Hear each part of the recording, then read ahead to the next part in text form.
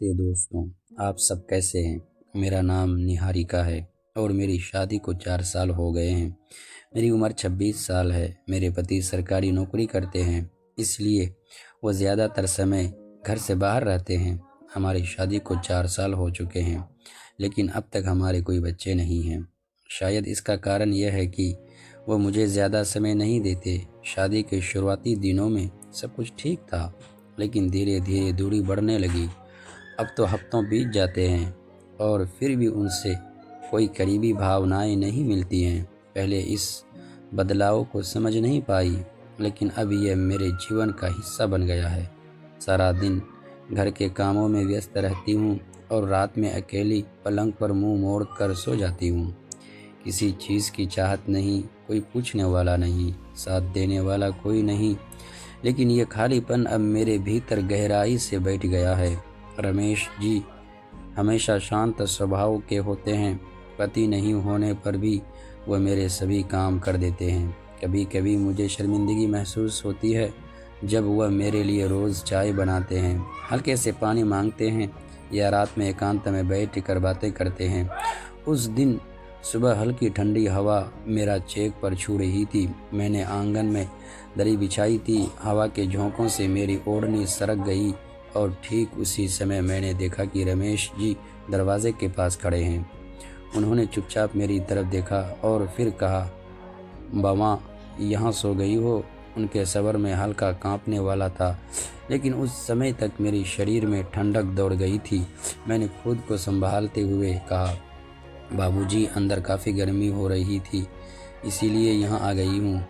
उन्होंने मुस्कुराते हुए कहा, हवा सचमुच अच्छी चल रही है, मैं भी यहाँ बैठ जाता हूँ। उनके बैठते ही मैं और सहज हो गई। ये क्यों हो रहा था? उनकी मौजूद में मेरे भीतर एक अजीब गर्माहट फैलने लगी थी। उसकी नज़रों को देखकर मैंने अपनी आंखें नीची कर ली, लेकिन अब जाकर मैं उठ भी नहीं सकती थी। उन्होंने धीरे से पूछा, बुमा ठंड लग रही है। मैंने सिर झुकाकर कहा, नहीं, ठीक हूँ। वह हल्का मुस्कुराते हुए बोले, अपना भी ख्याल रखना। उनकी बातों में एक अजीब नज़दीकी थी। कुछ क्षणों के लिए चारों तरफ सन्नाटा छा गया। हवा थोड़ी ठंडी हो गई थी। मैंने साड़ी का पल्लू ठीक करने की कोशिश की, तभी अचानक हवा का एक तेज़ झोंका आया और मेरे बाल बिखर गए। बाल को समेटने के लिए जैसे ही हाथ बढ़ाया, उनका हाथ मेरे हाथ से टकरा गया। मैंने घबरा कर हाथ हटा लिया, लेकिन उन्होंने पीछे हटने के बजाय मेरी आंखों में देखा। उस क्षण जैसे समय थम गया।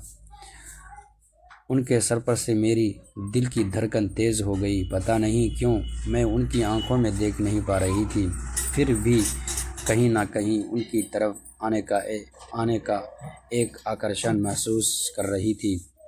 फिर रमेश जी उठकर चले गए। रात हो गई थी, लेकिन मैं बिस्तर पर लेट कर सो नहीं पा रही थी।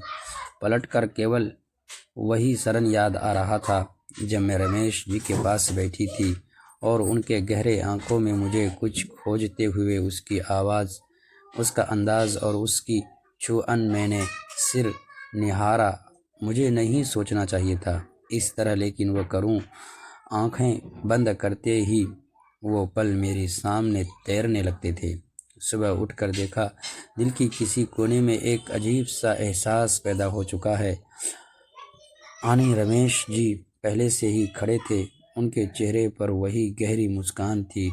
मैंने आंखें नीचे करके उससे पूछने लगा, दोस्तों, अगली पार्ट देखने के लिए प्लीज़ हमारे चैनल को सब्सक्राइब और वीडियो को लाइक ज़रूर कर दीजिएगा। आप लोगों की सपोर्ट की ज़रूरत है।